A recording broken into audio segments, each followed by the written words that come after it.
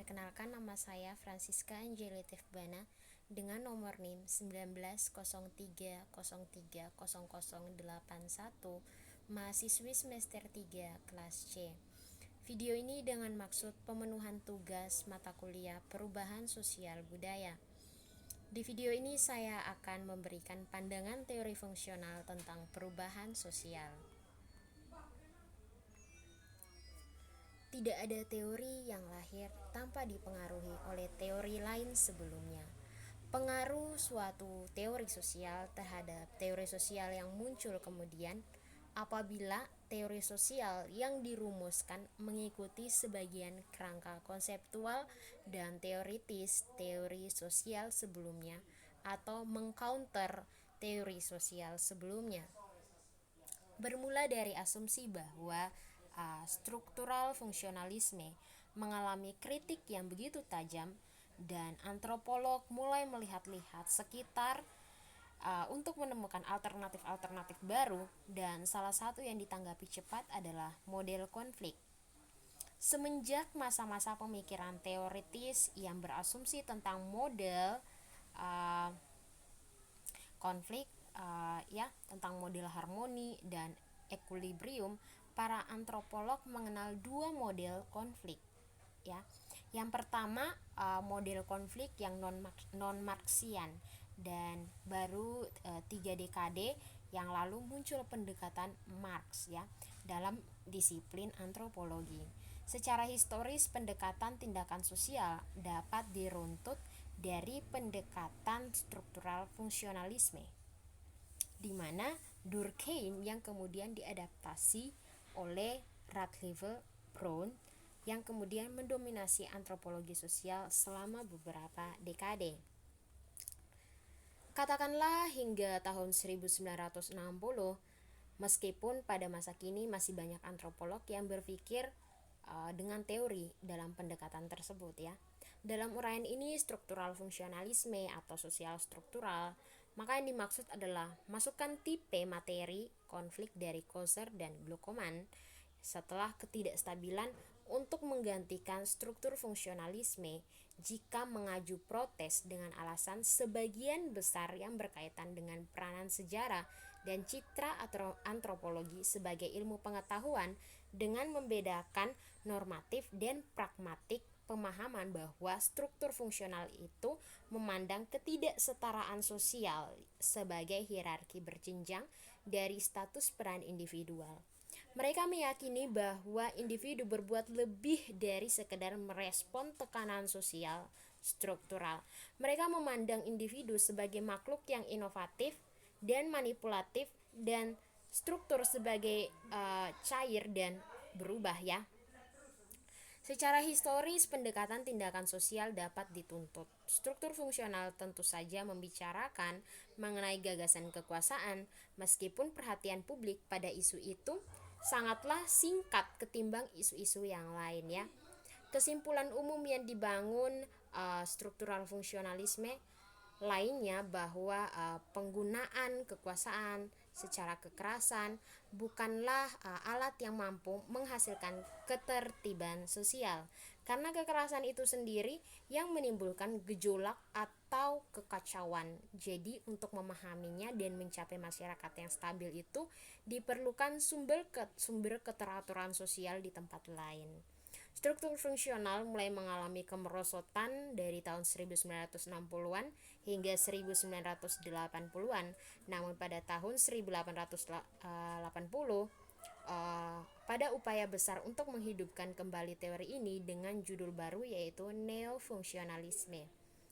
Istilah tersebut tidak hanya menimbulkan keinginan untuk memelihara kelangsungan paradigma struktur fungsionalisme yang banyak mengundang konflik dari setiap kalangan struktur fungsionalis dalam sistem pengaturan secara publik, yang terkadang bahkan sering terjadi konflik dalam pembangunan bahkan saat mulai hilang fungsi dari struktur fungsionalis itu sendiri, ya, yang sebenarnya di dalamnya mempelajari antara hubungan antara ranah publik dalam kehidupan sosial yang komponen sosialnya melalui sistem budaya, sistem sosial, sistem kepribadian, namun Halnya pendekatan struktur fungsi lainnya ya.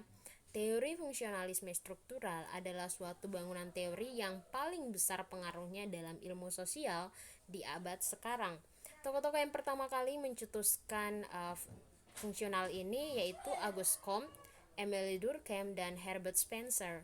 Pemikiran struktural fungsional sangat dipengaruhi oleh pemikiran biologis, yaitu menganggap masyarakat sebagai organisme biologis, yaitu terdiri dari organ-organ yang saling ketergantungan ya. Ketergantungan tersebut merupakan hasil atau konsekuensi agar organisme tersebut tetap dapat bertahan hidup. Sama halnya dengan pendekatan lainnya, pendekatan struktural fungsional ini juga bertujuan untuk mencapai keteraturan sosial. Teori ini juga disebut dengan perspektif fungsionalisme yang diciptakan oleh Emile Durkheim, di mana Durkheim banyak belajar tentang tatanan sosial dan bagaimana orang dapat hidup dengan harmonis. Secara khusus, teori Parsons ini dipengaruhi oleh pemikiran Durkheim dan Weber. Teori struktural fungsional ini awalnya berangkat dari pemikiran Emile Durkheim, di mana pemikiran Durkheim ini dipengaruhi oleh Auguste Comte dan Herbert Spencer. Comte dengan pemikirannya mengenai analogi organismik kemudian dikembangkan lagi oleh Herbert Spencer dengan membandingkan dan mencari kesamaan antara masyarakat dengan organisme hingga akhirnya berkembang menjadi apa yang disebut requisite functionalis, di mana ini menjadi panduan bagi analisa substansi Spencer dan penggerak analisa fungsional. Dipengaruhi oleh kedua orang ini, studi Durkheim tertanam kuat terminologi organisme tersebut ya. Durkheim mengungkap bahwa masyarakat adalah sebuah kesatuan di mana di dalamnya terdapat bagian-bagian yang dibedakan. Bagian-bagian dari sistem tersebut mempunyai fungsi masing-masing yang membuat sistem menjadi seimbang. Bagian tersebut saling interdependensi satu sama lain dan fungsional, sehingga jika ada yang tidak berfungsi maka akan merusak keseimbangan sistem. Pemikiran inilah yang menjadi sumbangsi Durkheim dalam teori Parsons dan Merton mengenai struktural fungsional.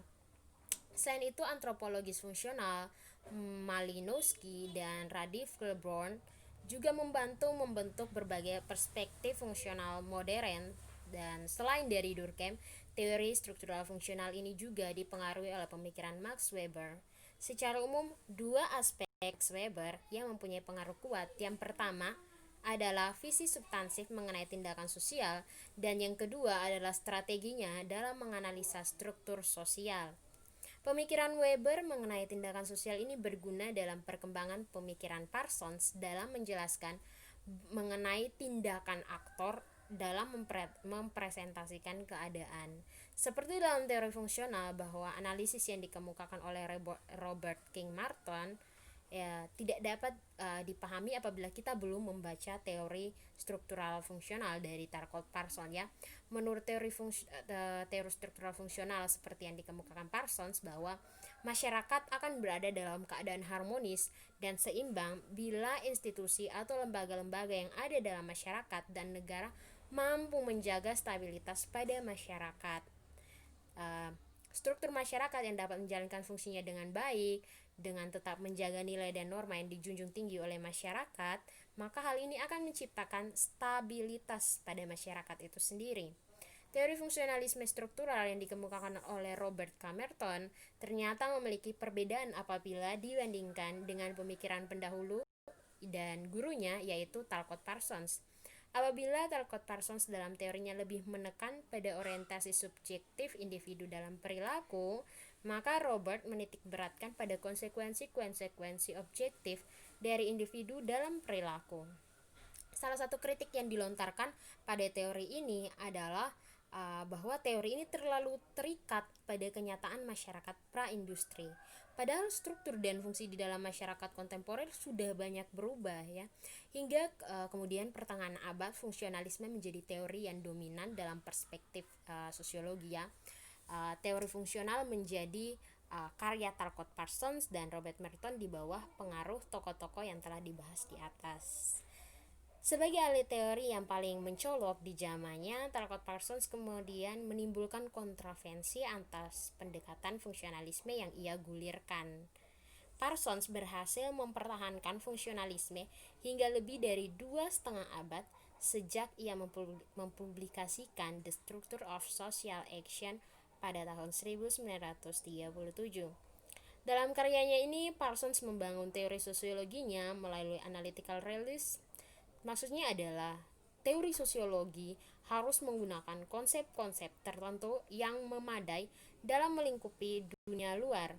Konsep-konsep ini tidak bertanggung jawab pada fenomena konkret, tapi kepada elemen-elemen di dalamnya yang secara analitis dapat dipisahkan dari elemen-elemen lainnya.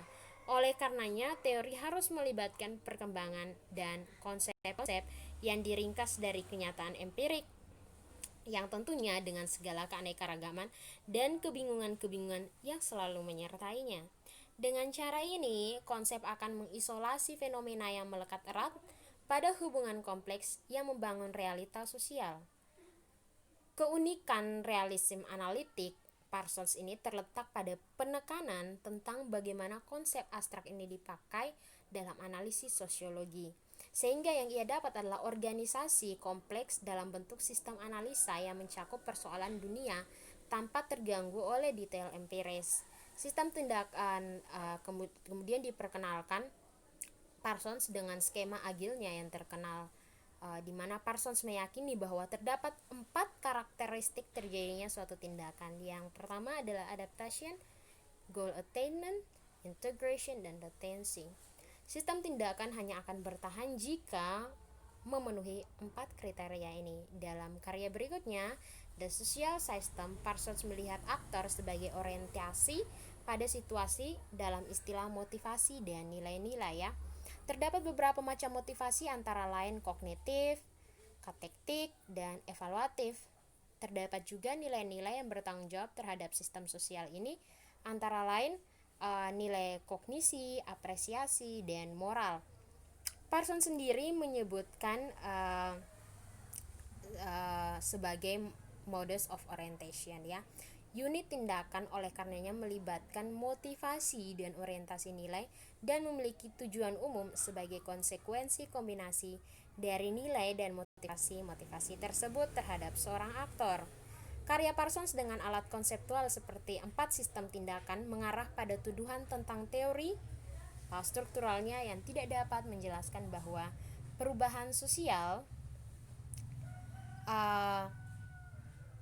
dan pada tahun 1960 studi tentang evolusi sosial menjadi jawaban atas kebuntuan Parsons akan perubahan sosial dalam bangunan teori strukturalnya ya. Akhir dari analisis ini adalah visi metafisis yang besar oleh dunia yang telah menimpa eksistensi manusia. Analisis Parsons mempresentasikan suatu usaha untuk mengkategorisasikan dunia ke dalam sistem, subsistem, persyaratan sistem, generalisasi media, dan pertukaran menggunakan media tersebut. Sekian dari saya, terima kasih.